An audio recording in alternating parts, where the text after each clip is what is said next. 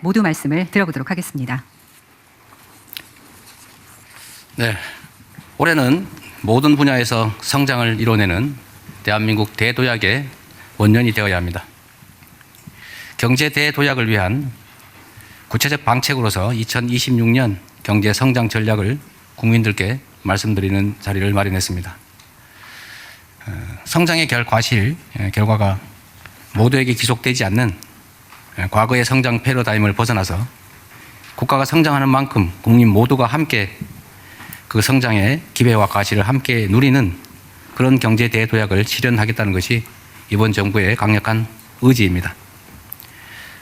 올해는 이재명 정부가 경제 운영에 대해서 제대로 책임을 지는 첫 해라고 할 수 있겠습니다. 다행히 지난해에는 무너진 민생 경제를 다시 일으켜 세우며 본격적인 성장을 준비했습니다. 그래서 올해 경제 상황은 잠재 성장률을 약간 상회하는 2% 정도의 성장을 예상하고 있습니다. 특히 반도체 등 전략산업 육성과 금융시장 정상화 정책들은 우리 경제의 강점을 한층 강화하고 새로운 도약으로 이끌어낼 것으로 믿습니다. 지금은 과거와 다른 소위 K자형 성장이라는 중대한 도전에 직면해 있는 상황입니다. 외형과 지표만 놓고 보면 우리 경제는 분명히 지난해보다 나아질 것입니다. 그렇지만 다수의 국민들께서 변화를 체감하지 못하는 상황이 발생할 가능성이 높습니다. 무엇보다 이 과정에서 나타나는 불균등함, 소위 성장의 양극화는 단순한 경기 차이가 아닌 경제 시스템이 던지는 구조적 질문으로 무겁게 받아들여야 합니다. 경제 성장의 기회와 가치를 특정 소수가 아닌 모두가 함께 나눌 수 있도록 최선을 다해야 할 것입니다. 무엇보다도 K자형 성장의 그늘이 미래를 짊어지는 청년 세대에 집중되고 있는 이 현실은 청년 문제를 넘어서 한국 경제의 장기적인 미래 성장 동력을 위협하는 것이기도 합니다.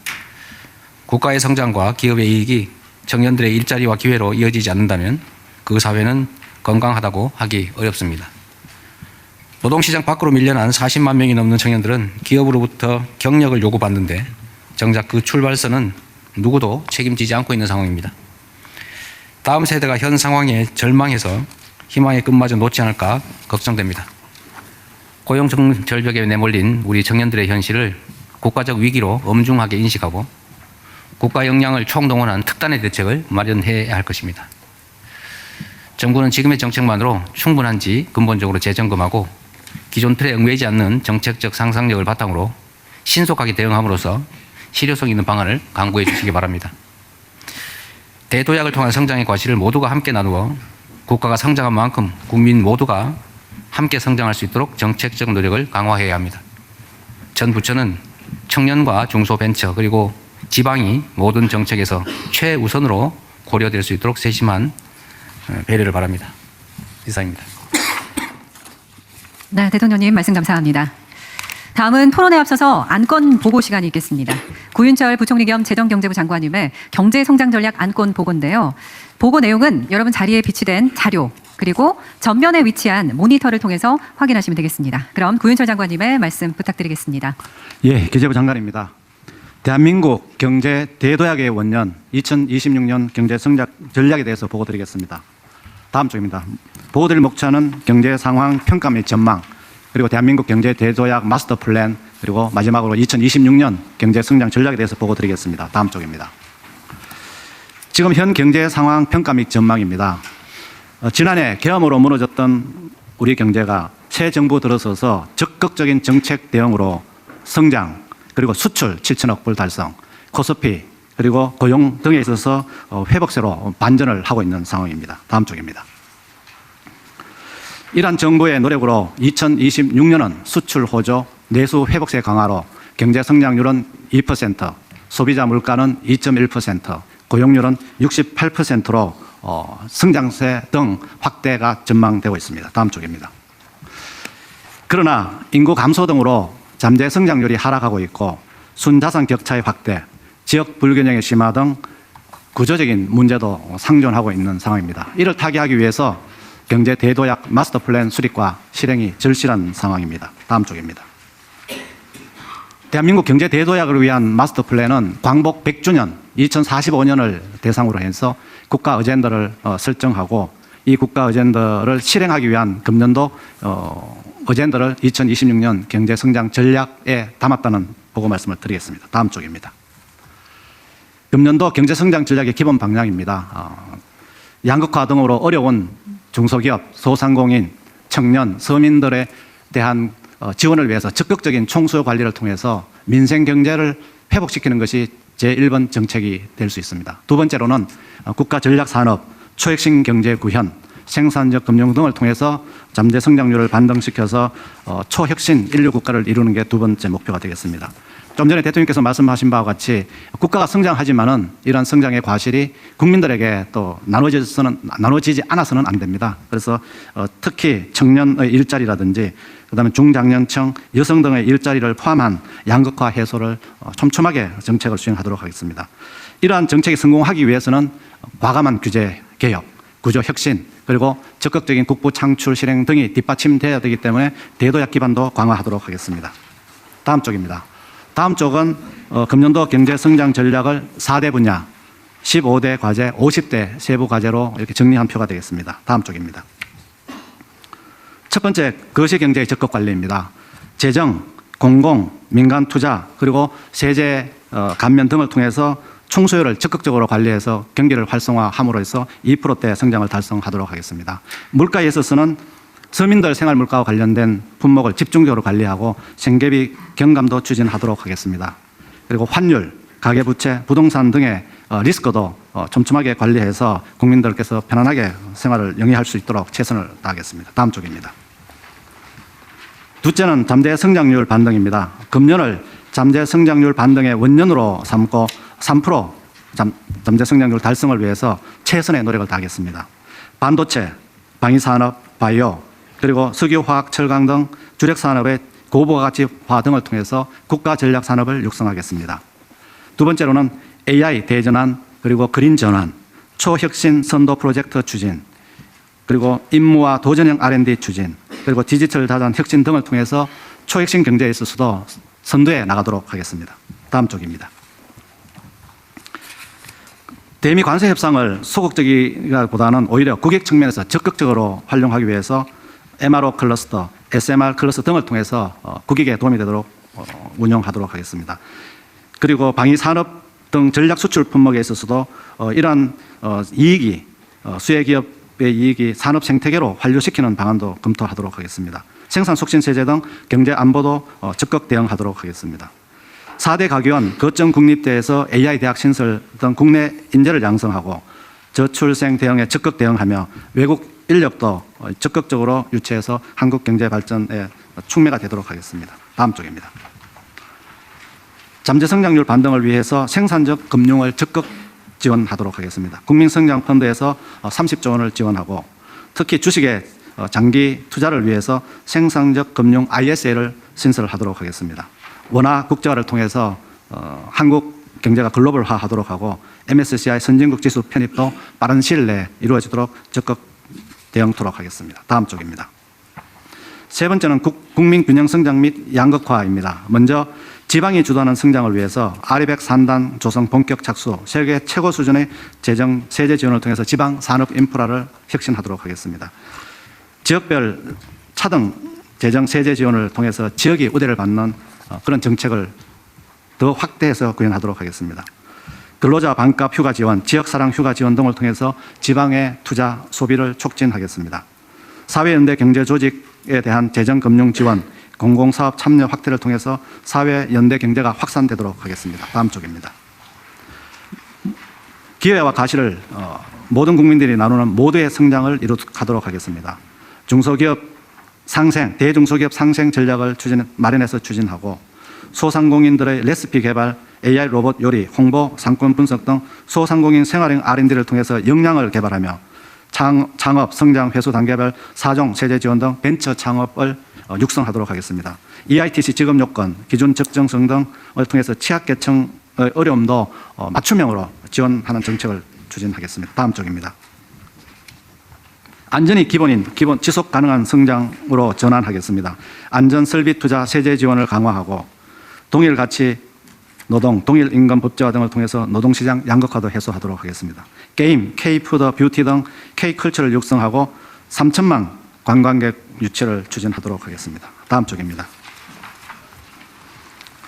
이러한 초핵심 성장 그리고 양극화 해소 균형 성장을 위해서는 대도약 기반 강화가 필수적입니다.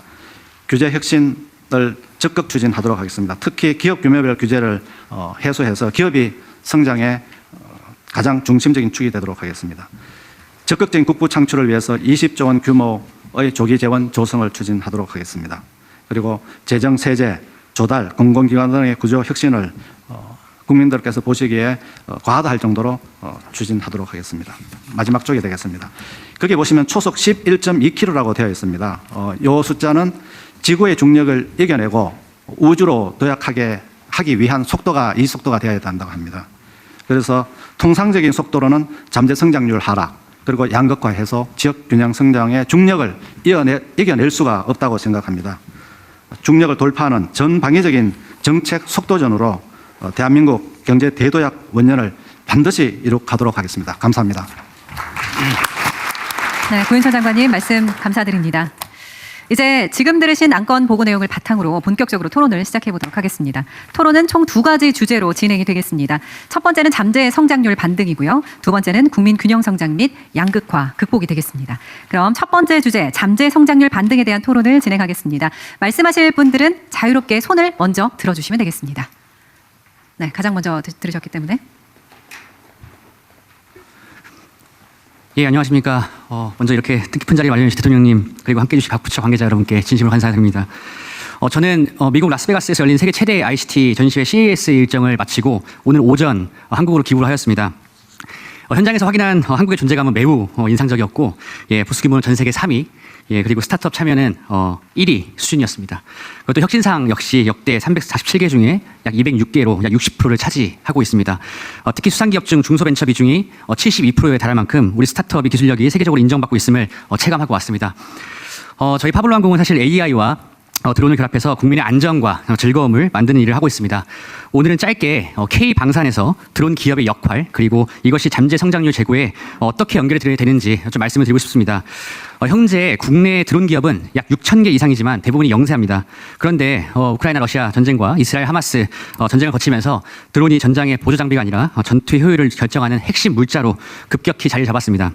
무엇보다 소모성 드론에 대한 폭발적 수요가 생기면서 우크라이나 러시아 내 많은 기업이 빠르게 성장을 했고 기술 생산 체계까지 선도하고 있습니다.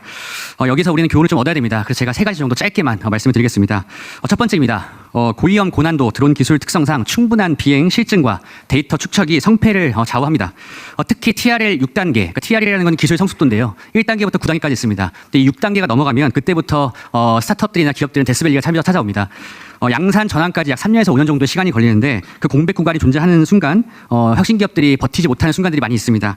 그때 이제 핵심 기술들이 많이 사라지고 인력이 많이 빠져나갑니다. 따라서 방시한 혁신 기업을 대상으로 실증 환경을 확대해야 되고 그리고 부품 제품 승인이나 제도 신설 간소화, 표준화된 시험 평가 트랙이 마련이 필요합니다. 이거에서는 조금 더 디테일하게 나중에 국방부에 좀 말씀을 드리겠습니다. 둘째, 드론의 개념 정의가 필요합니다. 기존에는 장비나 재사용 중심이었다면 이제는 물자 소모성까지 포함하는 체제로 전환돼야 합니다. 현장에서는 현재 드론도 마찬가지로 300만 원이 이상이면 장비고 300만 원이 이하이면 물자처럼 취급을 하고 있습니다. 행정 편의적 분류가 산업의 속도를 제약하는 경우가 많습니다. 정부 운영 방침에 맞춰 즉시 시행 가능한 수준의 분류 승인, 체계 정비와 규제 혁신을 해주시면 감사하겠습니다. 이것은 비용을 크게 들이지 않으면서도 시장을 빠르게 키울 수 있는 단기 처방입니다. 마지막 셋째입니다. 유니콘의 출현과 도약을 위해서는 R&D 지원만으로는 부족합니다. 초기 매출이 발생하는 구조가 꼭 필요합니다. 우리 군과 연계된 시범 사업을 확대해야 되고 성능이 검증이 되면 초기 물량을 군에서 선구매해서 스타트업이나 기업들이 레퍼런스와 매출을 만들어야 됩니다. 이렇게 만들어진 납품 실적은 곧바로 수출로 이어질 수 있습니다. 하지만 이런 것들이 지금 이루어지지 않기 때문에 스타트업들이 발목을 잡힌 상태에서 글로벌에서는 너희 국내에서 매출이 있냐 없냐 이런 것들을 가지고 판단을 하고 있는 상황입니다. 대통령님, 관계부처 여러분, 드론 단순히 신사업이 아니라 방산 수출, 제조 고도화, 데이터 기반 기술 축적, 고급 일자리 창출로 이어지는 분야입니다. 오늘 말씀드린 규제 분류 체계 즉시 개선과 실증 승인 초도 구매 연결, 수출형 트랙 구축이 함께 작용한다면 글로벌 방산 경쟁력 강화는 물론 잠재 성장률 반등에도 실질적으로 기여할 수 있다고 확신합니다. 예, 감사합니다. 박수 한번 칠까요?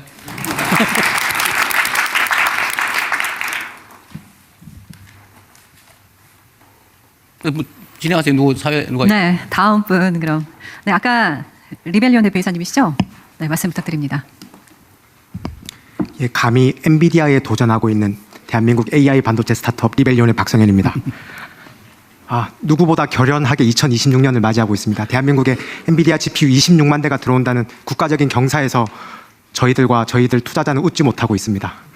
엔비디아 26만 대가 들어오는 그 태풍을 맞이하는 선원의 심정으로, 결연한 심정으로 2026년을 맞이하고 있습니다. 저희는 사느냐 죽느냐 그 시점에서 대한민국의 잠재 성장률까지 같이 고민할 수 있는 그런 시기라고 생각합니다. 해외 실증 사례들을 보면 잠재 성장률뿐만 아니라 공공망 다변화를 위해서 엔비디아가 아닌 제품을 통해서 인프라를 구축하고 있습니다. 미국과 중국은 말씀드릴 필요도 없고 사우디아라비아의 경우에도 그록이라는 미국 AI 반도체 스타트업의 작년 기준으로 1년 기준으로 7,500억 이상의 매출이 발생했습니다. 대통령님께서 갔다 오신 UAE는 미국 AI 반도체 스타트업 세레브라스의 작년 한 해 기준으로 1조 5천억 원 규모의 매출이 발생했습니다.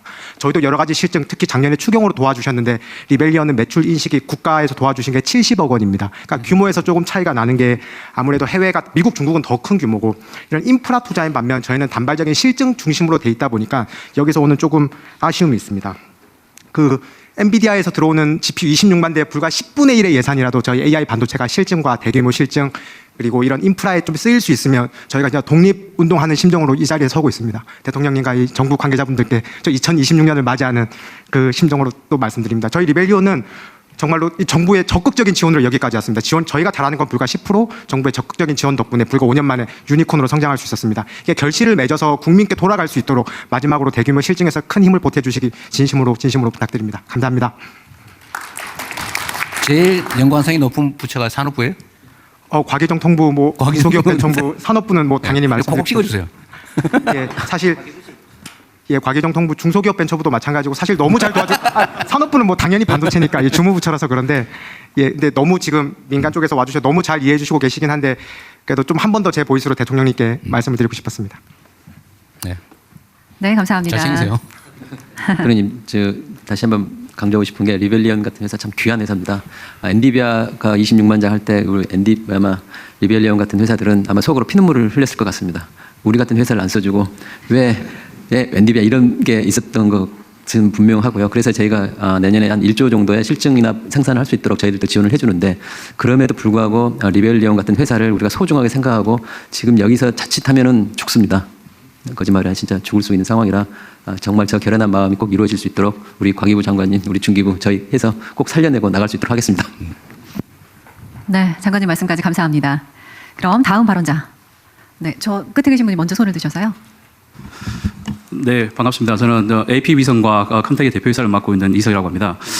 저희는 아무래도 국방 우주 쪽에 이제 산업을 하고 있고, 그리고 위성을 만들고, 그리고 전 세계 16개 지상국을 구축해서 글로벌 위성 커스터머들부터 이제 데이터를 이제 수신해서 데이터 수신 처리 서비스를 하고 있습니다. 잠재 성장률 반등이라는 어떤 그 취지에 맞게끔 좀 설명을 좀 드리자면, 아무래도 이제 우리나라가 대한민국의 어떤 국가의 내셔널 파워가 전 세계 글로벌 시장에서 사실 상당한 수준에 있습니다. 아무래도 저는 우주 산업을 하다 보니까 전 세계 우주 시장이 한 700조 정도 되는데 아직까지 우리나라 시장은 한 1%밖에 안 됩니다. 그래서 저희가 비즈니스를 하려고 하면 결국엔 이제 글로벌 무대로 나갈 수밖에 없죠. 그러다 보니까 한국의 자동차, 반도체, 전화기 이런 거에 대해서 굉장히 많은 얘기를 하고 있고 대한민국이라는 나라와 국제적인 어떤 우주 협력도 굉장히 강하게 요구를 하고 있는 상황입니다. 그런 와중에 사실 작년에 제가 경제지의 기고문도 썼지만 우주산업, 국방 우주산업이 조금 더 도약하기 위해서는 연결과 기다림이 필요하다는 말을 제가 한 적이 있습니다. 그 연결 커넥티비티라는 말은 사실 아직까지 우주 분야는 이제 우리나라 국격에 맞지 않게 좀 많이 어찌 보면 조금은 소외받고 있다고 저는 생각이 좀 들고 있습니다. 그게 만약에 정부의 우산이 어떤 우리나라의 민간 기업들 그리고 중소기업들을 조금 관심을 갖게 해줄 수 있는 부분이 조금 있다고 하면 사실 훨씬 큰 그 마중물을 통해서 훨씬 크게 도약을 할 수 있는데 그런 부분에서 제가 글로벌 비즈니스를 하면서 좀 아쉬운 부분이 좀 있었습니다. 그리고 또 하나는 아무래도 우주 분야나 국방 우주 분야는 좀 시간이 좀 많이 필요합니다. 예를 들어서 지금 대한민국의 국가 R&D 예산이 다른 나라와 비교해도 사실 작은 부분은 아닙니다. 제가 이스라엘이나 프랑스나 미국 쪽을 보더라도 물론 이제 미국은 경제 규모가 나기 때문에 훨씬 많긴 하지만 R&D 규모가 우리나라 경제 규모를 봤을 때 작은 부분은 아닙니다. 그런데 많은 다른 산업의 인더스트리가 그렇듯이 우주 쪽도 굉장히 많은 이제 투자가 들어가는데 아무래도 우주는 좀 시간이 좀 많이 필요합니다. 그러다 보니 처음에 이제 마중물을 놓고 예서 민간에서 투자를 할 때는 4년 투자, 4년 회수의 기간에 어떤 그런 사이클이 돌아가는데 국가 R&D 입장에서도 성실 실패냐 또 아니면 되도록 못해서 실패했냐 이런 걸 보긴 하겠지만 조금 정부가 그 투자를 통한 조금 기다림이 조금 필요하지 않겠나 그런 부분만 조금 정부에서 고려를 해주시고 지원을 해주신다고 하면 충분히 우리나라 대한민국에 있는 그 우주 인력들의 그 스마트함이 전 세계에서 조금 더 날개를 펼 수 있지 않겠나 그런 생각을 합니다. 네. 네, 말씀 감사드립니다. 네, 그러면 다음 발언자, 네, 저 앞에 계신, 네, LS 전선 이상호입니다. 먼저 이 자리에서 산업계 의견을 말씀드릴 기회를 주신 대통령께 진심으로 감사드립니다. 대통령님의 적극적인 실용 외교의 성과로 인하여 에너지 산업계는 해외 수출을 확대할 수 있는 절호의 기회를 맞이하고 있습니다. 이에 K에너지 고속도로의 수출에 대해서 말씀드리고자 합니다.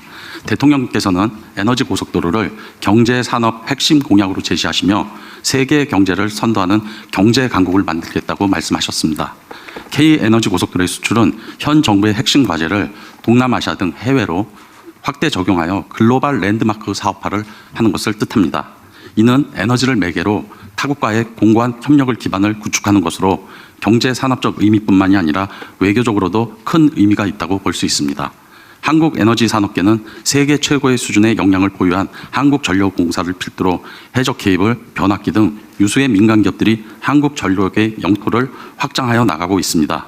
본 수출 사업은 우리나라의 경제 성장 효과를 극대화하고 에너지 산업 생태계의 전후방 밸류체인을 더욱 고도화할 것이며 에너지 외교를 주도하는 효과도 창출할 수 있을 것으로 기대합니다. 이와 같은 기회가 정부의 정책적인 성과이자 큰 산업적인 성취로 이어질 수 있도록 정부의 적극적인 관심과 지원을 부탁드리겠습니다. 네, LS전선 대표이사님 말씀 잘 들었습니다.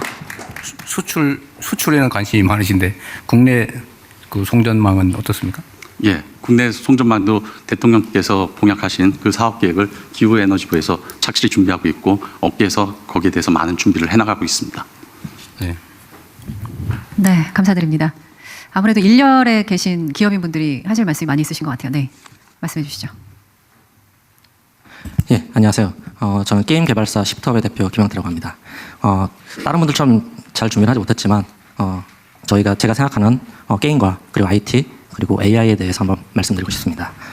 얼마 전께서 그 대통령께서 게임은 문화라고 말씀해 주신 덕분에 지금 게임은 대한민국 모든 분들의 지원 하에서 최고의 전성기를 맞이할 준비를 하고 있습니다.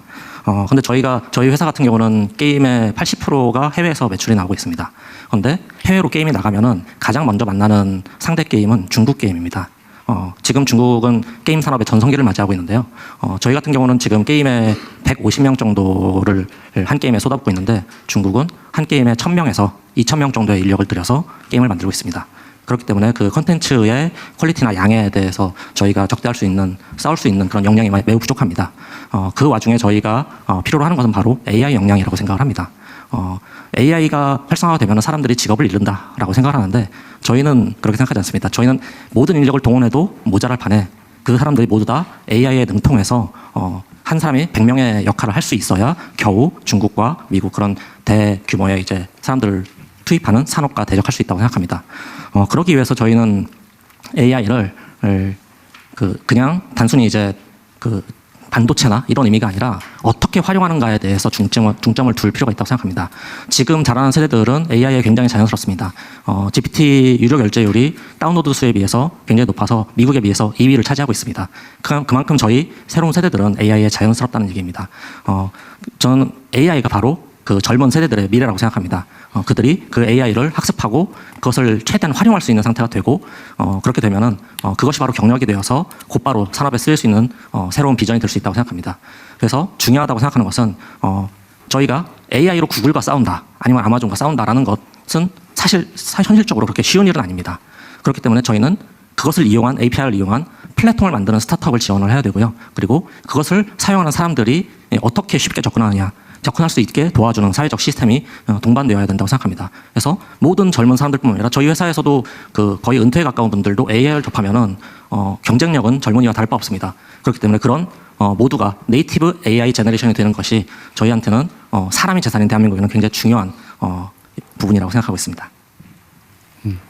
근데 우리 그 각 부처에서는 뭐 여기 의견들에 대해서 혹시 코멘트 할 게 있으면 하고 넘어가시죠? 혹시 있으면. 네, 그 게임 업계의 AI 지원은 너무 중요한 과제고요. 특히 또 대형 게임사들은 독자적으로 AI 기술을 갖고 있는 곳도 있고요. 또 중소게임사들과 동반 성장하기 위해서 같이 프로그램도 많이 짜고 있습니다. 거기에 대해서 올해부터는 예산을 이미 확보해서 신규로 투자할 계획을 가지고 있고, 또 말씀처럼 중소게임사들은 오히려 AI 구독을 할 수 있도록 예산을 또 별도 편성해서 올해부터 지원을 할 예정입니다. 그래서 말씀해 주신 대로 그쪽 방향으로 열심히 추진해 보도록 하겠습니다. 네. AI를 쓰는 것은 보통 구글에 가서 이렇게 질문을 하는 것보다는 플랫폼이라는 게 있습니다. 픽스버스나 픽스필드 같은 그런 플랫폼들이 있는데요. 그런 플랫폼들은 사실 우리나라 스타트업에서 훨씬 더 잘 만들 수 있다고 생각을 합니다. 그래서 그런 기업들을 육성하는 것이 좀 더 대중적으로 올인원으로 여러 AI를 쓸 수 있는 굉장히 국민들에게 접근성이 쉬운 방법 중 하나라고 저는 생각하고 있습니다. 네, 감사합니다. 문체부 장관님의 말씀도 잘 들었습니다. 지금 지금 대통령님 계신 이 줄에 계신 회장님들도 지금 세 분 다 손을 들어서 제가 임의로 요 앞에 계신 CJ 올리브영 대표이사님의 말씀을 듣고 그다음 경제연합회 회장님 말씀을 듣고 삼양식품 부회장님의 말씀까지 듣도록 하겠습니다. 네, 안녕하십니까. 올리브영 대표이사 이선정입니다. 오늘 저는 올리브영 대표라기보다는 올리브영 전체 매출의 한 80% 정도를 차지하는 중소기업 브랜드사를 대표해서 이 자리에 참석했다고 생각합니다. 올리브영은 다들 아시겠지만 건강한 아름다움이라는 미션 하에서 헬스 앤 뷰티 카테고리를 집중적으로 육성하는 플랫폼 사업자입니다. 특히 그 사업에서 주력하고 있는 K뷰티는 이제 단순히 일시적인 인기나 트렌드를 넘어서 국가 경제에 활기를 불어넣는 지금 대표적인 산업으로 성장하고 발돋움했다고 생각합니다. 그럼에도 글로벌 시장에서는 K뷰티 성장이 아직 초기 단계에 있습니다. 여러 가지 글로벌 대형 코스메틱사들과도 치열하게 경쟁해야 되는 상황인데요. 이런 상황에서 K뷰티가 가진 경쟁력 있는 역량을 글로벌 시장에서도 충분히 펼쳐나갈 수 있도록 전폭적인 지원도 필요할 것으로 보고 있습니다. 저희 중소 브랜드들 아까 말씀드린 대로 80% 이상 중소 브랜드들이 이제 올리브영하고 거래를 하고 있는데요. 그럼 중소기업들에게 해외 진출 시 여러 가지 어려운 상황들에 대해서 애로사항이나 여러 가지를 청취하고 있는데 수출 인증이나 마케팅, 판로 개척과 같이 여러 가지 어려운 과제들이 산재되어 있는 거로 전해 듣고 있습니다. 이런 어려운 과제들은 민간 협업하에서 혁신적이면서도 단일 과제 해결이 아니라 통합적인 지원 체계가 좀 필요할 것으로 보고 있습니다. 현재 정부의 다양한 부처에서도 K뷰티 성장을 위해서 다양한 방식으로 지원해주고 계신 만큼 저희 올리브영도 정부와 좀 밀착 협업해서 K뷰티의 우수성을 글로벌에도 널리 알리고 정부와도 밀착 협업해서 K뷰티 산업 성장을 위해서 최선을 다해서 기여할 수 있도록 하겠습니다. 네, 감사합니다.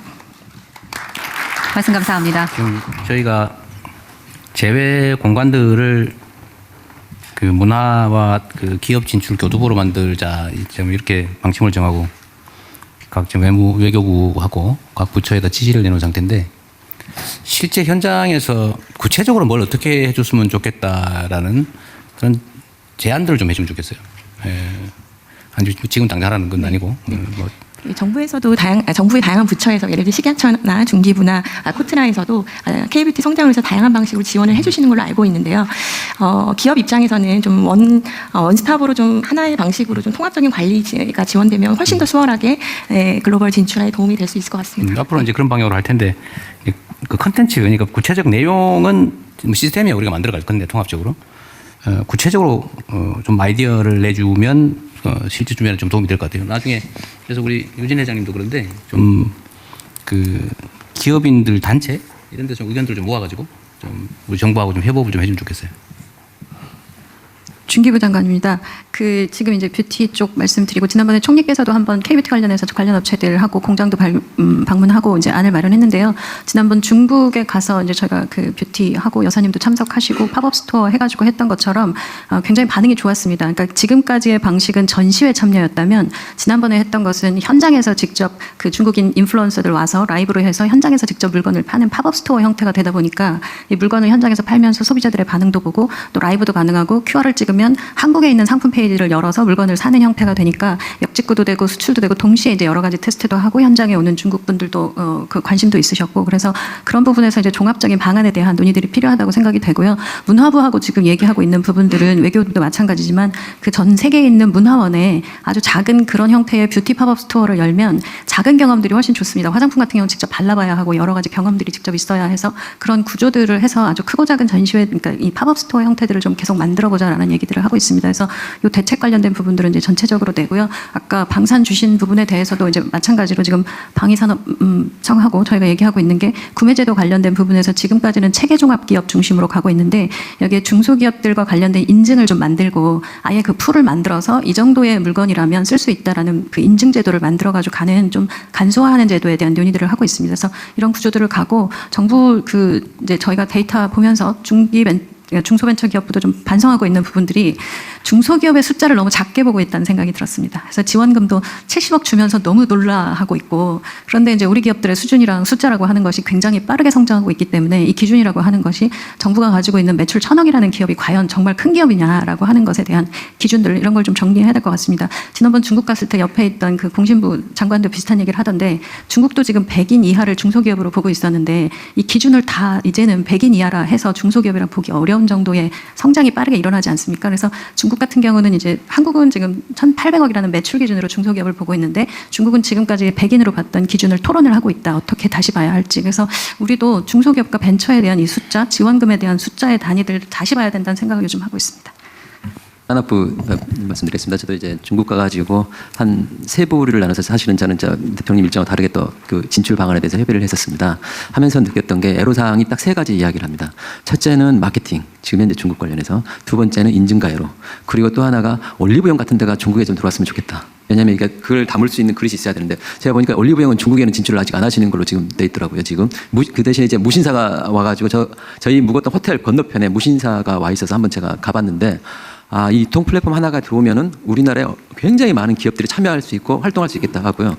또 하나 이번에 가가지고 저희들이 했던 게 코트라하고 같이 한 4천억 불 정도 상담을 즉석에서 수출 계약 상담을 했었습니다. 그것도 이번에 했을 때 이게 워낙 저희가 큰 규모는 하다 보니까 사실은 규모가 크지 않다고 생각하는데 단일 규모는 최대의 수출 계약 성과를 했었는데 그때 공통의 애로사항이 대통령님께서 말씀하셨다시피 중국에는 매년 지금 독일이나 일본 정도 시장 사이즈가 커지고 가까운 데를 놔두고 멀리 갈 필요 없겠다는 컨셉에서 저희는 지금 중국 시장을 특히 소비재 중심으로 해서 화장품 포함해서 같이 어떻게 만들어 볼까 하고요.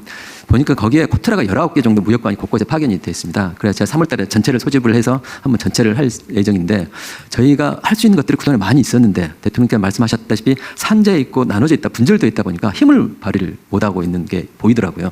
그래서 저희가 이번에 올해 할 때는 그런 부분들을 물론 중기부도 같이 하고 할 텐데 해서 한번 해 나갈 텐데 저희는 오히려 올리브영 같은 데가 좀 위축되지 마시고 좀 시장이 좋은 데만 가지 마시고 지금 중국은 막 떠오르고 있는데 좀 적극적으로 한번 가주셔서 같이 나가주셨으면 감사하겠습니다. 중국은 이제 시작이겠죠. 저는 과거에 많이 진출했다가 대거 철수하지 않았어요? 결국 외교 문제였는데 예.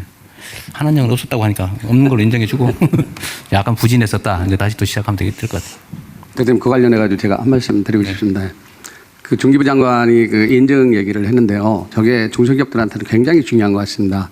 중동에 수출을 하려면 할랄 인증을 받아야 되고, 그 다음에 이제 미국이나 그 중국 같은데 화장품 수출하려면은 완바이오 안으로 립스틱이 색깔이 다르다 그러면 완바이오 안으로 다 허가를 받아야 되는 그거에 대해서 그 정부에 전에도 많이 건의를 했는데 이게 같은 립스틱이면 하나로 허가를 하면 되는데 이런 부분들에 대한 정부가 외교적으로 할 수 있는 거에 대한 부분들을 한번 조사를 하셔가지고 중소기업들에 그런 걸 지원을 해주면 그 굉장히 중요할 것 같고 인증 금액이 의외로 또 비싼 경우가 많이 있거든요.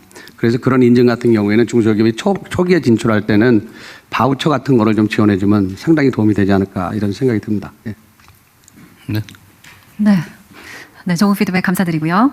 네, 류진 한국경제인협회 회장님의 말씀도 들어보도록 하겠습니다. 네, 감사합니다.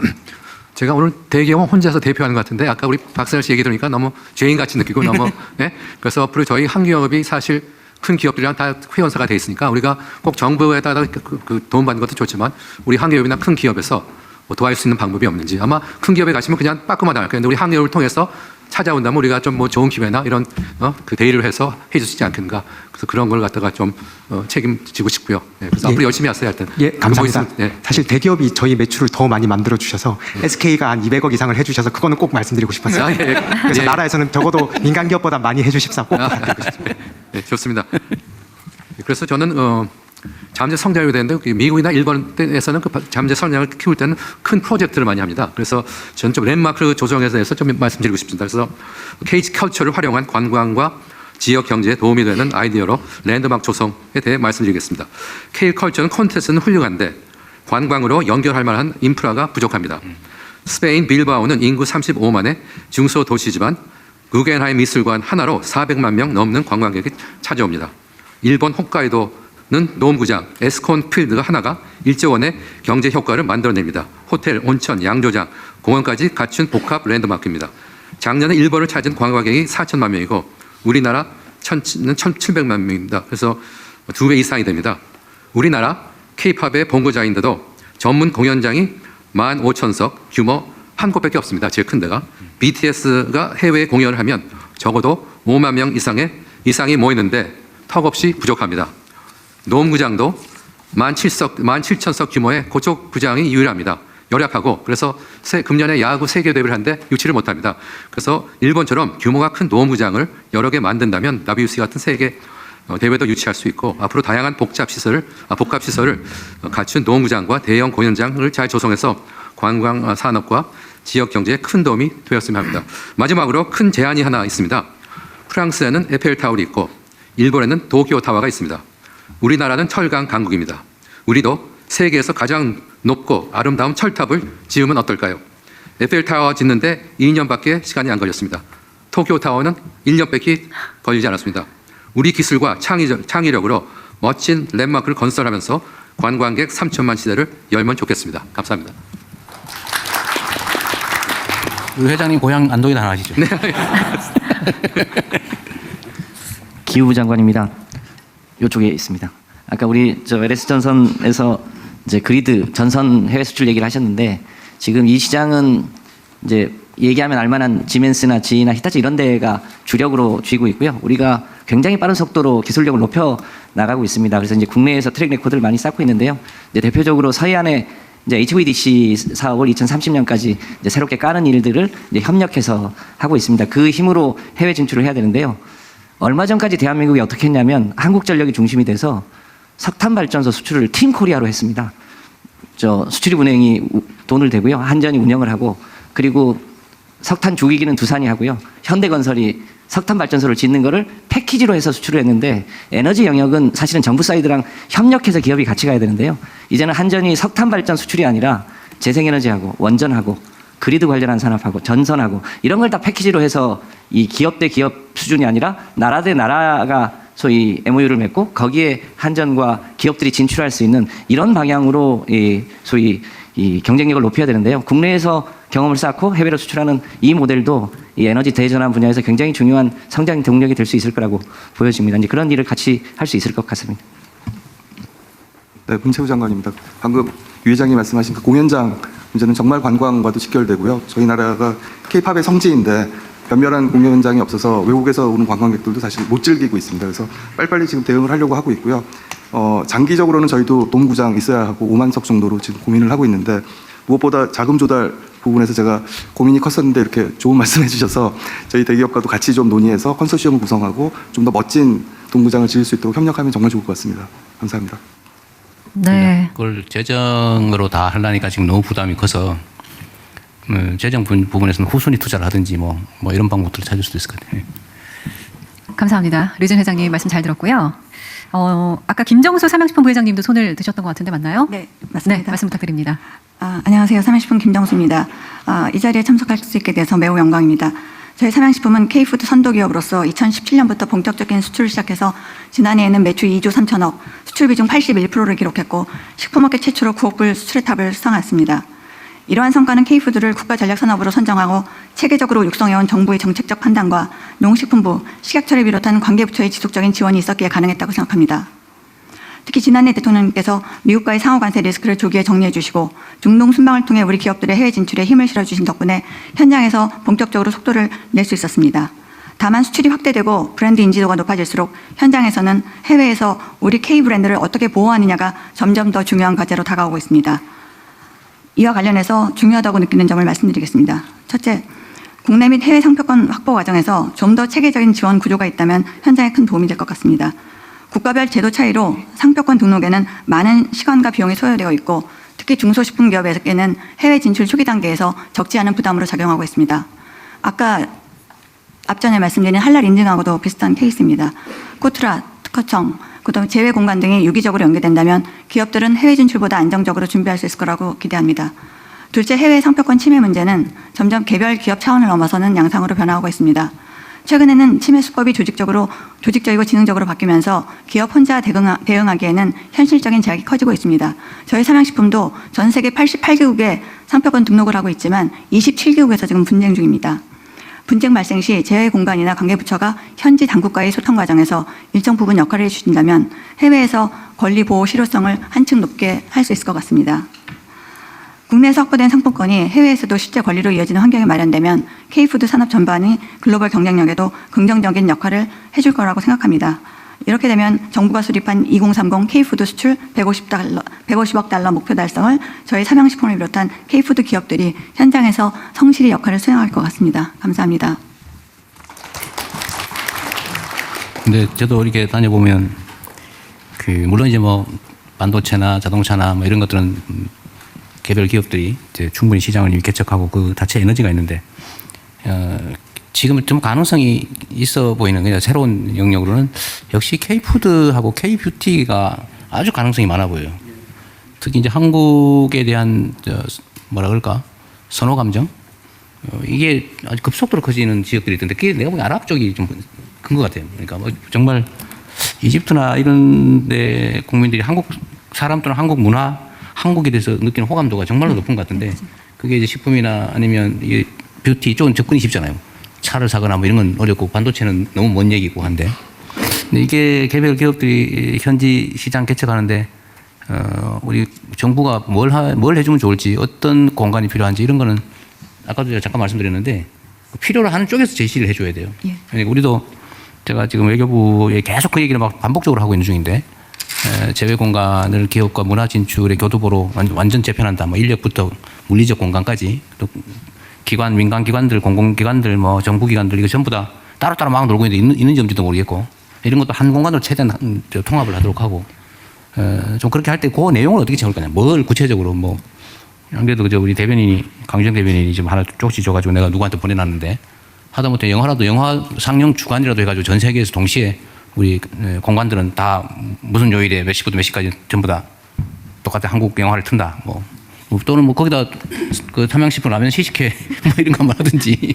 근데 그런 기회들을 대대적으로 만들어야 되는데 그 개별 기업이 그걸 감당하기 좀 어렵지 않습니까? 그래서 근데 뭘 어떻게 해달라 이런 기획들을 같이 좀 해주면 좋을 것 같아요. 예, 저희 관계부처인 농림부하고 협의해가지고 말씀드리겠습니다. 그러니까 이 개별 하긴 또 어려울 때 결국은 이제 상공회의소든 뭐 환경협의든 이런 데서 좀 나서줘야죠. 네, 그것도 분야별로 좀 나서가지고 또 지역별로도 예를 들면 중동 지역은 어떤 기업들 어떤 영역의 일들이 많이 필요하니까 뭐 그 부분을 집중적으로 한다든지 좀 그런 것들을 이 기업 현장에서 좀 많이 제안을 해줘야 됩니다. 뭐 우리는 잘할 뭐 용기는 있으니까 근데 구체적으로 어떻게 해야 될지 우리 공직자들은 잘 모르는 거거든요. 근데 아마도 좀 각 부처가 그럴 겁니다. 이 대통령은 하라고 시키는데 뭐 하긴 하겠는데 도대체 뭘 구체적으로 해야 되는지 잘 모르거든요. 근데 그 필요성은 결국은 현장에서 나오니까. 네, 감사합니다. 네, 문체부 장관님. 네, 문체부 장관입니다.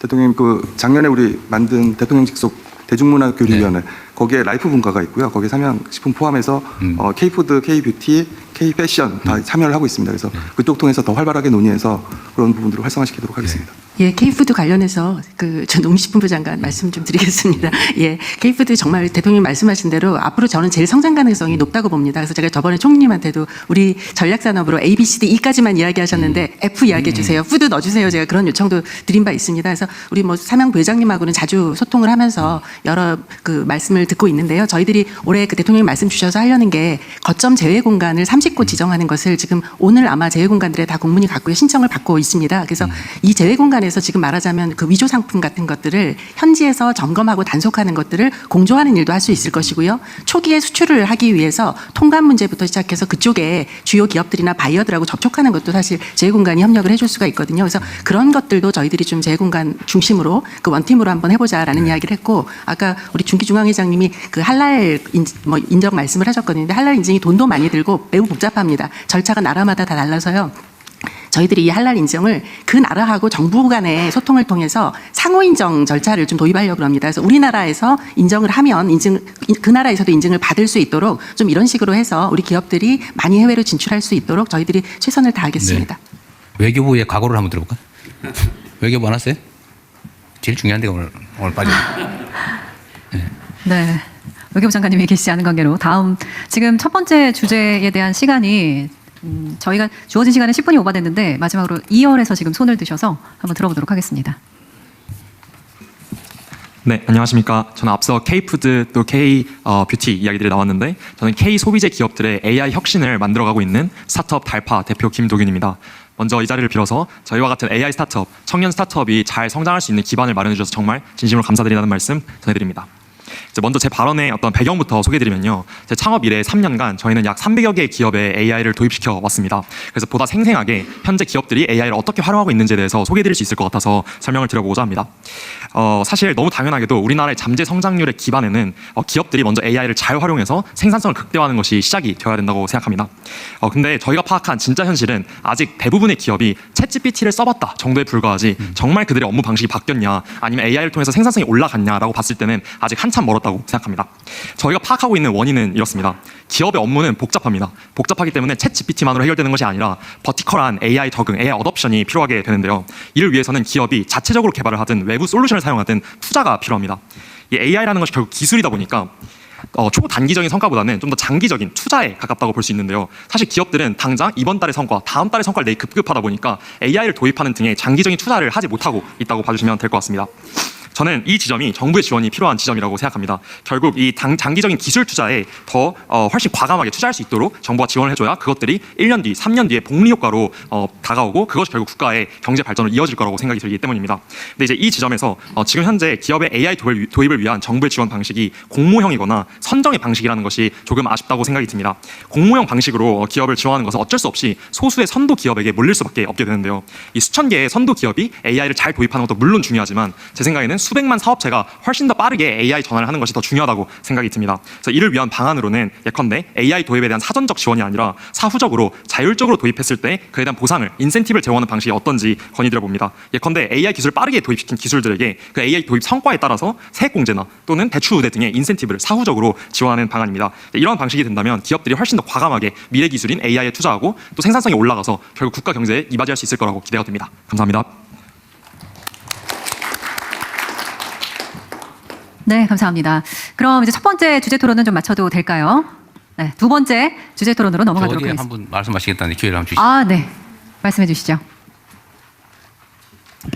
네, 안녕하십니까. 우선 이렇게 쉽게 뵙기 힘든 분들이랑 또 이렇게 말을 할 수 있음에 매우 영광으로 생각하고 발언할 기회를 주셔서 매우 감사드립니다. 네, 다시 인사드리겠습니다. 안녕하십니까. 저는 부산 동아대학교에서 투자 동아리를 운영하고 있는 이석원입니다. 오늘 저는 이 자리에 청년들의 목소리를 대변하고자 나오게 되었습니다. 저는 이 자리에서 두 가지를 제안드리고 요청드리려고 합니다. 첫 번째입니다. 지방 인재를 적극적으로 지원해 주십시오.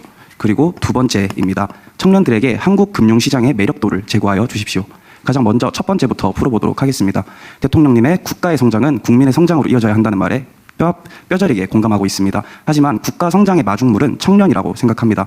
그 와중 저는 지방 청년의 입장으로서 수도권에선 양질의 교육, 양질의 인프라를 제공받고 있는 상황 속 지방 인재에 대한 양질의 교육과 인프라는 매우 부족하다는 점을 뼈저리게 실감하고 있습니다. 저는 금융권을 희망하는 학생으로서 양질의 자료와 양질의 정보를 제공받아야 할 필요가 있지만 그러한 양질의 자료와 양질의 정보는 높은 가격을 동반하게 되고 이는 지방 청년들에게 큰 부담으로 작용하고 있는 심정입니다. 네, 다음으로 지방 인재 창업 관련해서도 적극적 지원을 요청드립니다. 지방에는 창업관이 많지 않기도 하고 창업 지원을 받을 센터가 매우 부족한 심정입니다. 그리고 현재 청년들은 창업에 대한 실패가 두려워 도전하지 못하고 있습니다. 네, 두 번째로 제안드릴 내용입니다. 한국 금융시장의 매력을 청년들에게 어필하여 주시기 바랍니다. 한국 경제 성장의 기초 체력인 청년들의 자본이 현재 해외로 빠져나가고 있습니다. 이는 분명 국가의 잠재 경제의 성장률에 큰 위협을 초래할 것입니다. 현재 한국 금융시장에서 청년들이 투자하는 상황을 살펴본다면 보통 지수를 투자하지 않고 단기적인 테마주나 급등주에 올라타는 모습을 종종 보여주곤 합니다. 그리고 자산 형성의 필수적인 요소로는 미국 주식에 투자하는 경우가 매우 많습니다. 하지만 청년들에게 한국 금융시장의 지수 투자, 장기 투자 시 충분한 매력도를 미국 시장 대비 보여준다면 정부에서 세제 혜택 혹은 장기 투자 시 분리과세와 같은 파격적인 세제 혜택을 지어준다면 분명 청년들도 미국 시장 대비 실질 수익률이 높은 한국 시장으로 오게 되는 통로가 되어줄 수 있다고 생각합니다. 그리고 다음으로 제안드릴 것은 국가 전략 육성 산업 투자 시 세제 혜택을 파격적으로 늘려주십시오. 국가 전략 육성 산업이 청년들이 투자하게 된다면 그 수익을 같이 공유할 수 있게 되고 이는 곧 청년들의 목돈 마련 그리고 청년들이 소비 이는 곧 국가 국가 기초 체력에 큰 도움이 될 것이라고 생각합니다. 이상 발언 마치겠습니다. 감사합니다. 감사합니다.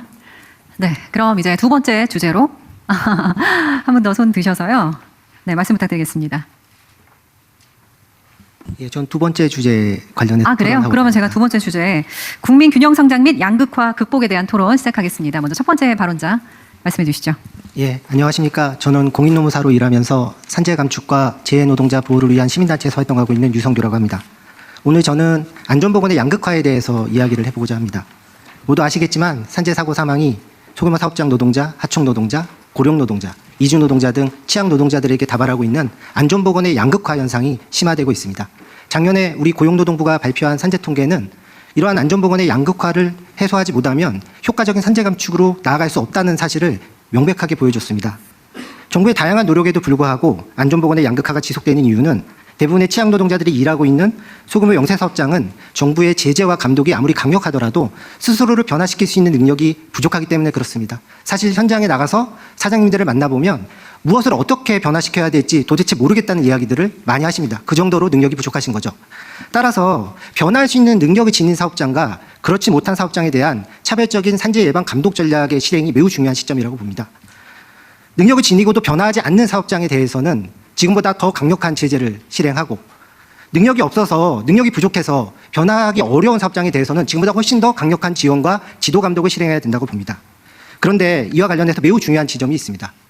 사업주 지원과 지도 감독을 무차별적으로 해서는 안 된다는 거죠. 어떤 지역, 어떤 사업장에 대해서 어떤 지원과 어떤 지도를 할 것인지에 대해서 정확히 타겟팅해야 됩니다. 사실 과거 우리 정부가 수많은 지원 정책과 지도 감독을 펼쳤음에도 불구하고 그 효과가 낮았던 이유는 바로 이 타겟팅을 제대로 못했기 때문이라고 판단이 듭니다. 정확한 타겟팅을 위해서는 산재 다발 지역 및 업종, 공정, 작업 유형, 인적 취약성 등에 대한 목적 지향적이고 면밀한 통계 분석이 반드시 이루어져야 됩니다. 자신이 어디에 발 딛고 서 있는지를 모르는 사람은 앞으로 어디로 나아갈지도 모르고 사실 나아가더라도 잘못된 방향으로 나아갈 가능성이 높습니다. 조속히 실질적으로 도움이 되는 산재 통계 수집 및 분석을 위한 인프라 구축이 반드시 마련돼야 됩니다. 덧붙여 소규모 영세사업주들의 현장의 의견을 들어보면 노동부나 안전보건공단 등이 시행하는 지원 제도를 모르거나 알고 있더라도 그 절차가 복잡하거나 신청 서류가 복잡해서 신청하지 못하는 경우들이 많다고 하십니다. 실제로 제가 현장에 나가보면 누가 사장님이고 누가 직원인지 모르는 경우들이 많습니다. 소규모 영세사업장의 경우에는요. 격리사원도 없고 총무사원도 없고 일도 하시고 서류도 챙기셔야 되는 분들이 많죠. 결국 지원 제도를 구축할 때 진짜 도움이 필요한 이러한 소규모 영세사업주들이 배제되지 않도록 제도 접근성을 높이기 위한 방안을 반드시 함께 고민해야 된다고 생각합니다. 부철주의와 산재 감축을 위해서 노력하시는 대통령님과 장관님 그리고 모든 공무원 분들께 힘내시라는 응원의 말씀 드리면서 제 이야기 마무리하겠습니다. 감사합니다. 네, 그럼 먼저 장관님이 지금 이 말씀에 피드백을 주실 분이 계신가요? 네, 노동부 장관입니다. 네, 직을 건 분 한번 얘기해 보세요.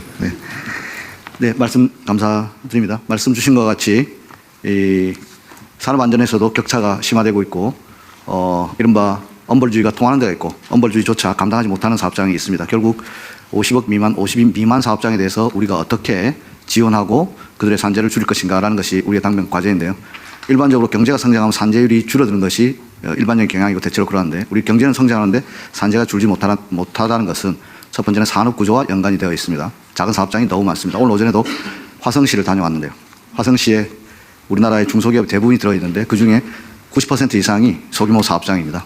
이분들에 대해서는 1차적으로 진단이 중요합니다. 방금 유성규 농산시께서 말씀했듯이 고위험 사업장이 어딘지를 정확하게 타겟팅하고 그들에게 맞는 처방을 해나가면서 작은 사업장에 대한 지원을 강화하겠습니다. 아울러서 충분히 능력이 됨에도 불구하고 반복되는 사업장에 대해서는 경제적 제재도 병행함으로써 그동안 맛없는 당근과 안 아픈 채찍이었다.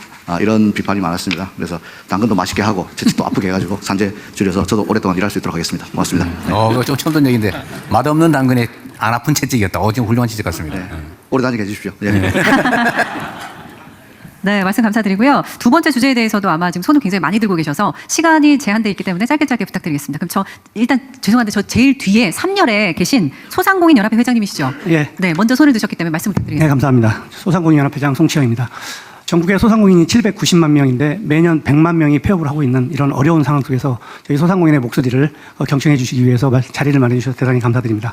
오늘 저는 우리 경제의 실핏줄인 소상공인들의 절박한 생존 문제를 말씀드리고자 합니다. 먹고 사는 문제만큼 급한 것은 없는데 지금 현장의 소상공인들은 디지털 소외라는 거대한 장벽에 막혀 있습니다. 저는 코로나 전에 중국에 간 적이 있는데 충격적인 광경을 봤습니다. 길거리 노점상까지 휴대폰 하나로 모든 결제를 처리하며 디지털 인프라를 누리고 있었습니다. 그런데 IT 강국이라는 우리나라는 어떻습니까? 기술의 온기가 지역과 골목까지 닿지 못하고 있습니다. 얼마 전 여의도 국수집을 찾았는데 점심시간에 재료가 일찍 떨어져서 손님을 돌려보내는 상황을 봤습니다. 만약 이 식당의 사장님께서 연초 수요 예측 데이터가 있었다면 매출도 올리고 손님도 헛걸음하지 않았을 것입니다. 이제 디지털과 AI는 단순한 정보가 아닌 생존 도구입니다. 이에 저는 디지털 양극화 해소를 위한 3가지 핵심 과제를 건의드립니다. 첫째, 소상공인 데이터 주권을 확실히 세우고 이익을 나눠야 합니다. 데이터 청구권을 제도화해 주십시오. 내 가게에서 나온 결제 데이터만큼은 사장님이 직접 받아서 단골 관리와 마케팅에 쓸 수 있게 법적 근거를 만들어야 합니다. 데이터 이익 공유를 실현해야 합니다. 플랫폼이 소상공인 데이터를 가공해 수익을 낸다면 그 이익의 일부는 데이터 생산자인 소상공인에게 배당 형태로 돌아가야 마땅합니다. 그리고 플랫폼의 책임을 강화해야 합니다. 쿠팡 사태 같은 정보 유출 시 소상공인이 안심하고 장사할 수 있도록 명확한 피해 보상 체계를 갖춰주십시오. 둘째, 민관 데이터 개방 체계를 만들어 정보 비대칭을 해소해야 합니다. 플랫폼 기업이 데이터를 정부나 지자체에 개방하면 파격적인 혜택, 예를 들면 데이터 인센티브를 주어 참여를 이끌어야 합니다. 또한 개방된 데이터와 공공 데이터를 결합해 누구나 우리 동네 상권 흐름을 한눈에 볼 수 있는 디지털 지도를 제공하고 홍보가 필요하다고 생각합니다. 셋째, 지역화폐 앱을 고도화하고 맞춤형 교육을 지원해야 합니다. 지역화폐 앱을 공공 플랫폼으로 키워주십시오. 결제뿐 아니라 예약, 오더 기능을 넣어 노쇼와 먹튀를 예방하고 날씨와 유동인구 데이터를 결합해 사장님들께 AI 경영 비서 역할을 하도록 업그레이드해야 합니다. 또한 몰라서 못 쓰는 일이 없도록 지역 대학과 지자체가 협력해 업종별 맞춤형 디지털 교육 거버넌스를 구축해 주십시오. 존경하는 대통령님, 디지털 전환과 AI 시대에서 소상공인들이 구경꾼이 아니라 당당한 주인공이 될 수 있도록 국가가 적극적인 버팀목이 되어 주십시오. 우리 소상공인들도 변화 앞에 멈춰서지 않겠습니다. 현장의 목소리를 혁신의 동력으로 삼아 병원연세 대한민국 대도약의 든든한 동반자가 되겠습니다. 골목 상권의 디지털 양극화를 해소하고 상생의 토대를 닦을 수 있도록 각별한 지원을 부탁드립니다. 감사합니다. 네, 감사합니다. 손 드신 순서대로 저 화신 대표이사님 말씀 듣고 이어서 중소기업 중앙회 회장님 말씀도 듣도록 하겠습니다. 예, 안녕하십니까. 저는 경북 영천에 소재하고 있는 자동차 부품 회사를 경영하고 있는 정서진입니다. 아마 지방에 소재하고 있어서 불러주신 것 같은데요. 중견기업이고 제조업을 하고 있다 보니까 저희 자동차 부품 업체 같은 경우는 1, 2, 3차에 걸쳐서 이렇게 다양한 규모의 업체들이 서플라이 체인을 형성을 하고 있고요. 또 지방에 소재를 하고 있다 보니까 인력 문제가 굉장히 큰 어려움 중에 하나입니다. 특히 요즘 같이 이제 청년들이 일자리도 줄어든 것도 영향이 있겠지만 수도권으로 많이 이동을 하고 있고 저희 같은 경우도 입사 3년 내 이직률을 계산을 해보니까 약 30% 정도의 인원이 이직을 하고 있습니다. 그런데 지방에 소재하고 있는 기업들이 이직 관리도 힘들지만 채용 자체도 굉장히 어려운 현실이거든요. 여러 가지 이유가 있을 수 있습니다. 조그만 도시에 있다 보니까 문화 인프라가 부족하고 또 정주 여건이 부족하다 보니까 여러 가지 애로사항이 있는데요. 이렇게 지방에 소재하고 있는 기업들, 그러니까 수도권에 있는 기업들을 억지로 지방으로 이전하려고 고민하지 마시고 이미 지방에 거점을 두고 오랫동안 기업체를 운영하고 있는 중소기업들이 인력을 채용하는데 좀 도움을 받을 수 있는 정책들을 좀 개발을 해주시면 도움이 많이 될 것 같습니다. 예를 들면 이거 자꾸 세금 쓰자는 말씀을 드려서 죄송한데 우리 지방에 근무하고 있는 회사에 지원하는 것보다 지방에 근무하고 있는 직원들한테 직접 근로자들한테 혜택이 갈 수 있는 정책을 발굴해 보면 어떨까. 회사에 지원을 하려다 보면 여러 가지 행정적인 낭비도 크고 또 조건에 관련된 여러 가지 이슈들이 있을 수 있는데요. 그걸 주소지를 검색을 한다든지 코드를 주면 그건 금방 확인이 될 테니까 지방의 중소도시에 근무하고 있는 청년층도 좋고요. 이렇게 직원들한테 직접적으로 혜택이 갈 수 있는 제도를 좀 발굴해 주시면 자연스럽게 좀 청년들도 지방에 소재하고 있는 기업들의 관심을 좀 늘릴 수 있을 것 같고 또 근무하고 있는 직원들도 다소나마 지방에 근무하면서 겪고 있는 어려움을 좀 해소하는 데 도움이 되지 않을까 그렇게 생각을 합니다. 들어주셔서 고맙습니다. 감사합니다. 이 지적은 정말 의미 있는 지적인 것 같아요. 저도 평소에 좀 생각했던 부분이기도 한데 예를 들면 고용 지원을 할 때 지금 회사를 지원해서 근로자들한테 간접적으로 지원하는 경우가 많은데 근로자에게 직접 지원을 해야 체감도 되고 그죠? 그렇죠. 예. 그리고 행정적으로 훨씬 간편할 것 같습니다. 어쨌든 세금 관리를 하니까. 예, 예. 근데 이거는 정말로 우리 기재부에서 전면적으로 한번 검토를 해보면 좋겠어요. 네, 대통령님 이거 노동부에서 하는 것 중에 재경부하고 협의해야 되는데 채용 장려금 그대 금방 대표님 말씀하신 것처럼 그동안에는 중견기업은 지어야 됐었는데 저희들이 중견기업 지역에는 중견기업까지도 지원을 하는 것으로 지난번 국감대 논의되어 가지고 준비하고 있습니다. 재경부하고 협의해 보겠습니다. 근데 이게 회사 측에 세제 지원을 하거나 회사에 고용하는 측에 지원을 하다 보니까 그 임금 수준을 낮추는 수단이 되는 경향이 있더라고요, 오히려. 그러니까 회사는 회사대로 하고 지역이라든지 아니면 나이라든지 이런 개별적 요소에 따라 지원은 정부에서 노동자를 직접 지원하는 게 훨씬 더 맞는 것 같아요. 효용성도 높고. 그거는 전체 분석을 한번 해보면 좋겠습니다. 네, 적극적으로 검토하겠습니다. 네, 감사합니다. 이번에는 아까 제가 말씀드렸는데 중소기업중앙회 회장님 말씀 들어보도록 예. 하겠습니다. 그 국민 균형 성장하고 양극화이기 때문에 제가 좀 말씀을 드리려고 보람권을 얻었습니다. 중소기업 중앙회장 김기문입니다. 그 1월 2일 날 이 청와대에서 신년 인사회를 했는데 대통령께서 하신 말씀이 기회와 과실을 함께 고루 나누는 모두의 성장만이 대도약의 미래를 이끌 지름길이라고 말씀을 하셨는데 이게 정말 지금 가장 가슴에 와 닿는 그런 사항이라고 생각하고 중소기업계에서 이 말씀을 듣고 굉장히 좀 기대를 하는 그런 사항이었습니다.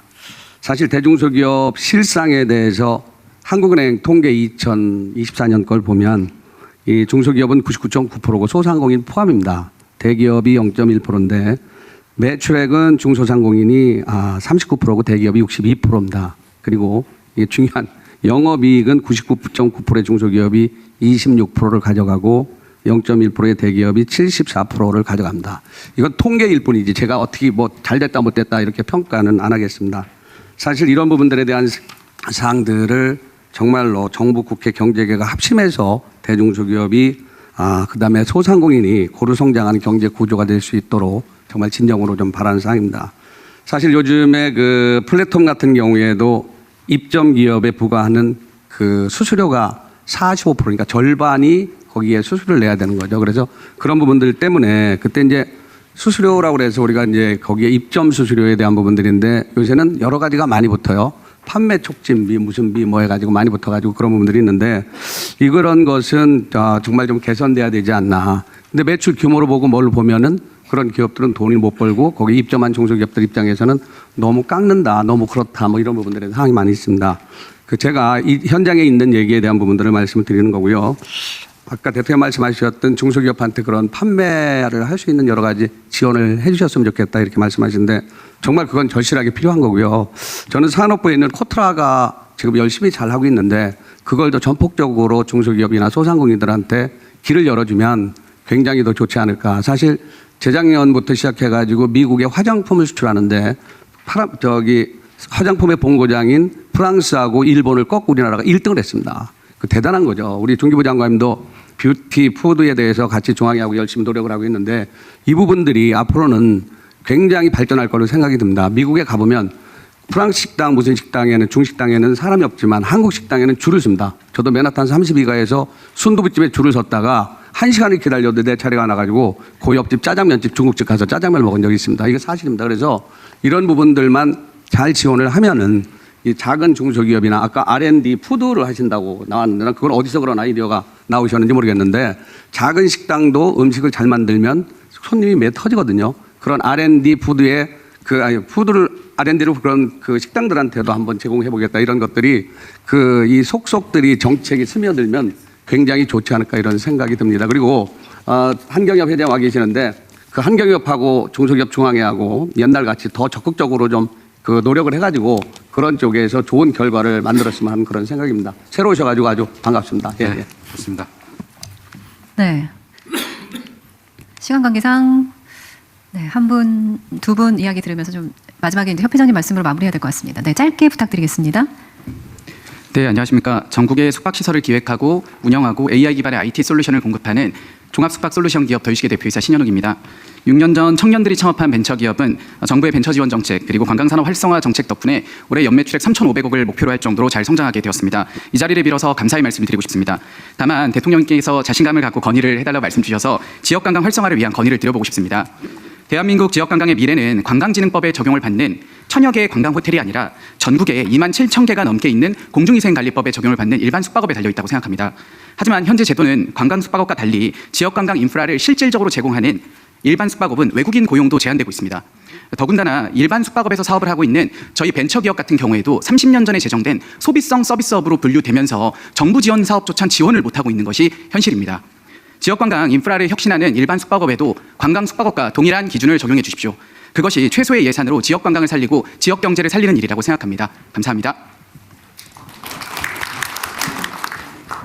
감사합니다. 네, 안녕하십니까. 저는 안산의료복지 사회적 협동조합 이사장 김영림입니다. 저희 안산의료복지 사회적 협동조합은 9천여 명의 그 조합원이 각자 저기를 해서 그 건강할 때 건강을 지키자라는 그 미션을 가지고 예방 교육과 건강 증진 활동을 통해서 돌봄과 의료를 서비스를 750여 명의 직원과 함께 하고 있는 비영리 사회적 기업입니다. 저는 사회연대 경제에 관련한 짧은 말씀을 한번 드려보겠습니다. 한국 경제는 지금 성장의 속도보다 성장의 방식 다시 묻고 있는 시점에 와 있습니다. 경제 규모의 숫자는 커졌지만 그 성과가 모두에게 고르게 전달되지 못하면서 소득과 자산, 지역과 사회 서비스의 양극화는 더욱 심화되고 있기 때문입니다. 이제 우리는 얼마나 성장할 수 있느냐의 문제와 함께 누구와 함께 성장하고 있는가를 고민해야 합니다. 사회연대 경제는 지역을 기반으로 공공성과 민주성을 바탕으로 사회적 약자를 보호하고 지역 공동체를 강화하고 지속 가능한 일자리 창출을 통해 불평등 완화와 포용적 성장을 추구하며 돌봄, 의료, 주거, 환경 등과 같이 우리들 삶 속에 필요한 영역에서 역할을 하고 있습니다. 특히 고령화, 지역 소멸이라는 한국 사회의 위기 앞에서 사회연대 경제는 이미 지역과 현장에서 실질적인 해법을 만들어가고 있습니다. 그러나 사회적 연대 경제가 창출한 사회적 가치는 제대로 보상받지 못하고 의료복지사업이나 사회적 경제 조직이 공공재정 절감하고 사회 문제를 해결해도 비용은 조직이 부담하고 그 성과는 사회 전체 이익으로 기속되어도 해당 조직에 대한 실질적인 보상은 제한적입니다. 사회연대 경제가 양극화 해소의 역할을 할 수 있는 역할을 수행하기 위해서는 사회적 가치에 대한 제도적 보상이 필요합니다. 사회적 성과를 정당하게 평가하고 이를 투자 가능한 가치로 인정하고 보상하는 체계로 전환해야 합니다. 사회연대 경제를 활성화하는 데 중요한 기반은 세제 혜택, 성과 기반 보조금, 사회연대 경제 전용 금융 구축과 기업의 성장 단계별 맞춤 지원입니다.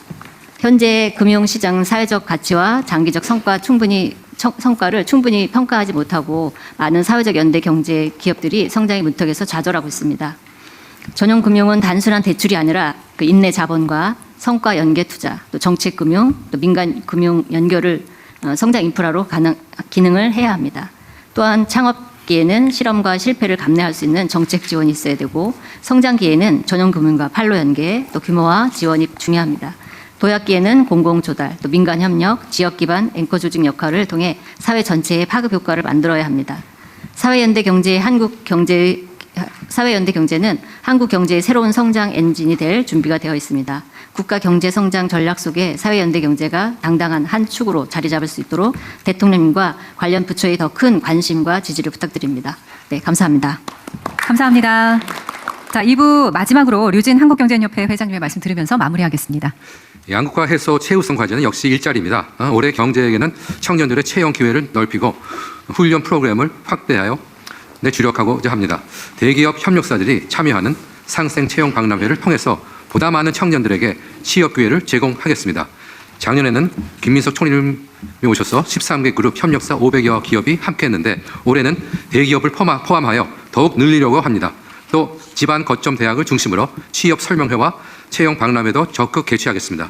노동부와 주요 그룹 최고 인사 책임자 모임을 정례화해서 청년 채용을 늘리는 방안을 폭넓게 찾겠습니다. 정부도 적극적인 청년 채용 기업에 대해서 확실한 인센티브를 제공해 주시면 좋겠습니다. 감사합니다. 네, 아까 저기 말씀하실 게 있나 본데. 네, 마지막으로 말씀드려도 되겠습니까? 네, 저는 한국청소년정책연구원에서 청년 정책을 연구하고 있는 유민상이라고 합니다. 저는 마지막으로 쉬었음 청년 문제와 관계돼서 정부의 대책을 부탁드리고자 마지막으로 마이크를 켰습니다. 쉬었음 청년 문제는 굉장히 오래된 문제가 지금 더 불거진 문제라고 할 수 있습니다. 원래 있었던 청년들의 어려움이 코로나19에서 노동시장 경직이 나타나고 나서 그 상황에서 더 다음 단계로 나가지 못했고 최근에는 AI 때문에 또 고용이 줄어들고 있다고 합니다. 앞으로 정년연장 문제나 이런 문제가 나올 때도 청년 고용 문제는 계속적으로 굉장히 어려운 문제로 반드시 시급하게 풀어야 되는 문제로 계속 지적이 될 것입니다. 니트 청년 문제에서 제가 가장 고민하는 것은 니트 청년들이 지내는 시간은 그 시간이 그 청년들을 스스로 공격하게 만듭니다. 자기를 굉장히 아프게 만들고 그것 때문에 다음 단계로 나갈 수 있는 힘을 뺏게 됩니다. 그래서 니트 청년에 대한 대응은 훨씬 더 조기 개입으로 빠르게 다가가야 될 필요가 있다라고 하는 말씀을 드리고 싶습니다. 제가 니트 청년들 연구를 해보면 전통적인 취약층도 있습니다. 장애 청년이나 경계선지능 청년이나 저학력 저기술 청년, 빈곤 청년 이런 전통적인 어려움을 가진 청년들도 있고 새롭게 산업의 구조 변화나 아니면 여러 가지 문제들 때문에 발생하는 그런 니트 청년들도 있습니다. 그래서 단일한 해법으로는 니트 청년 문제를 해결할 수 없기 때문에 다양한 해법이 있어야 되고 다양한 해법을 마련하기 위해서는 고용부와 같은 단일 부처가 아니라 여러 부처가 같이 힘을 합쳐서 통합하는 그러한 것들이 필요합니다. 저희가 보면 고등학교에서부터 니트 청년 문제가 발생합니다. 교육부에서도 굉장히 중요하게 다루어 주셔야 하지만 저희가 이런 문제를 같이 논의를 하려고 하면 다부처를 같이 모아서 같이 연결된 정책을 펴자고 얘기하기가 상당히 어렵습니다. 그래서 이 쉬었음 청년 문제가 굉장히 강조되고 있고 앞으로도 심화될 것이다라고 예측이 되고 있기 때문에 이런 문제를 같이 해소할 수 있는 좀 다부처적인 상식 기구가 만들어졌으면 하는 것이 저의 바람입니다. 그리고 이것은 또 지역 불균형의 문제와도 상당히 관련이 있습니다. 수도권의 청년 정책이 훨씬 더 뛰어나고 지방으로 갈수록 청년 정책이 어려워집니다. 이것은 청년 고용 서비스도 고용 서비스 안에 있는 워커들의 처우도 상당히 불안정하기 때문에 청년 고용 서비스가 탄탄하게 가기 위해서는 그런 일자리의 질이라든지 서비스의 질이라든지 이런 것들이 지역적으로 다 균질하게 되어야 될 필요가 있습니다. 그리고 마지막으로 말씀해 주신 것과 같이 일자리 확대가 굉장히 필요합니다. 근데 당장 저희가 일자리를 마구 만들어낼 수 없기 때문에 그 이전에 있는 일경험들도 많이 확대가 되어야 되고요. 특히나 지역 청년들 같은 경우에 지역에서 일 경험을 할 수 있는 것이 많이 없다고 항상 얘기를 합니다. 그래서 그러한 발굴들이 더 지역 청년들을 위해서 이루어졌으면 좋겠습니다. 그리고 중장기적으로는 아까 말씀드린 대로 이 로드맵이 필요할 것 같습니다. 고등학교에서부터 그리고 그 결혼할 수 있는 시기 30대까지 그런 로드맵이 고등학교, 대학 그리고 이직하는 청년들 이런 방식으로 로드맵이 마련됐으면 좋겠고요. 마지막으로는 AI에 대한 충격이 지금 아동 청소년들에게도 클 것이라고 예상이 되고 있습니다. 그래서 장기적으로는 이런 구조적 문제에 대해서 좀 대응할 수 있는 국가 전략이 나타났으면 좋겠다는 생각이 듭니다. 제가 처음 말씀드린 것처럼 니트 청년들의 시간이 계속 흐르고 있습니다. 그리고 이 시간이 그 청년들한테 좌절을 더 크게 주지 않을까라고 하는 여러 가지 우려가 있고요. 그래서 아까 대통령께서 말씀하신 청년 문제를 최우선적으로 해결하겠다라고 하시는 말씀을 기억하면서 저도 지지하고 있겠습니다. 감사합니다. 감사합니다.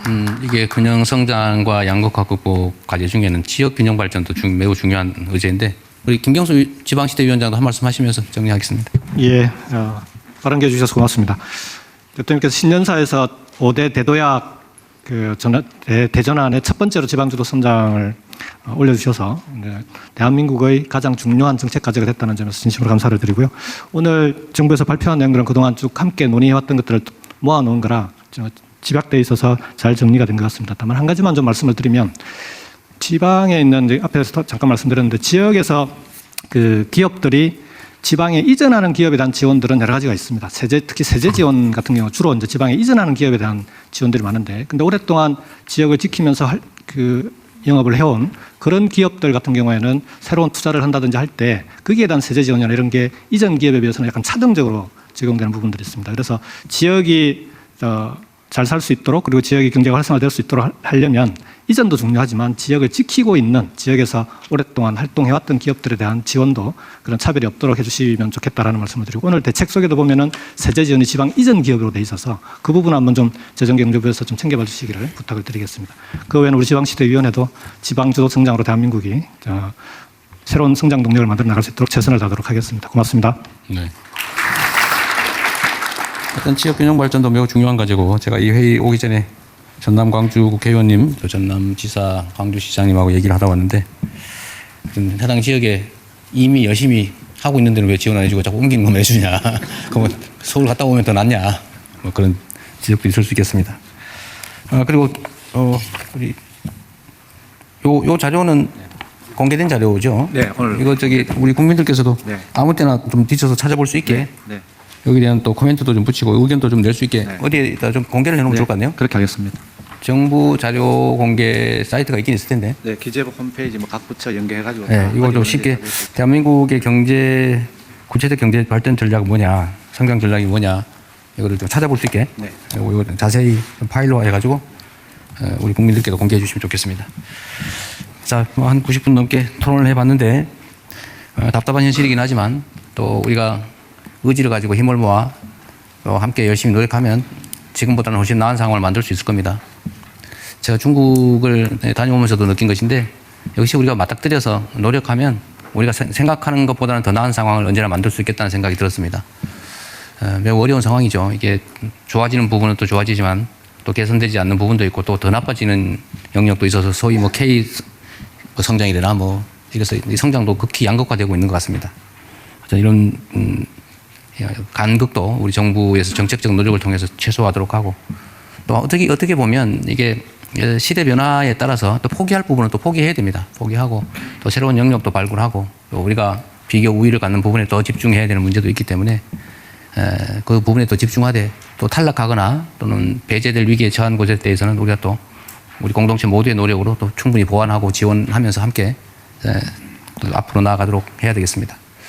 여러분이 하신 말씀들 각 부처에서 잘 챙겨서 정책 결정과 집행에 참고가 되도록 하겠습니다. 긴 시간 고생하셨습니다. 고맙습니다. 네, 감사합니다.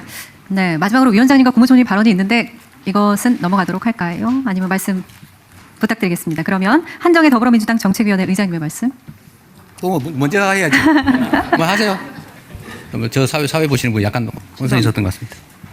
저는 뭐 워낙 이 자료가 지금 충실하게 굉장히 재경부 교훈처부총리님을 비롯해서 정부 부처에서 준비를 해주셔서 아마 국민들이 좀 자세히 보시면 정말 대도약의 원년이 될 수 있겠다라는 생각을 하실 것 같습니다. 다만 하나 저희가 이제 국민성장펀드 중에 40% 이상을 지방 지원을 하겠다고 했는데 40%면 엄청 많은 것 같은데 5극 3특에서 1극을 빼고 나면 4극 3특이 1극화고에서 40%를 4극 3특에서 가져가고 60%가 그러면 1극에 지원이 되는 거냐라고 하는 이 숫자가 바뀌면 좋지 않을까. 60이 지방으로 지원을 하고 40이 아닌 걸로. 왜냐하면 지금 수도권 GRDP가 1200조고 비수도권이 1000조 정도인데요. 이게 새천년 열리고 지금 25년 지났는데 25년 동안 격차가 벌어져서 지금 현재 이 정도 차이가 나는데 만약 6대4의 비율이 계속된다면 이게 더 고착화될 가능성이 있습니다. 이렇게 새롭게 만드는 펀딩만큼 조금 역발상을 하면 좋겠다 이런 말씀드립니다.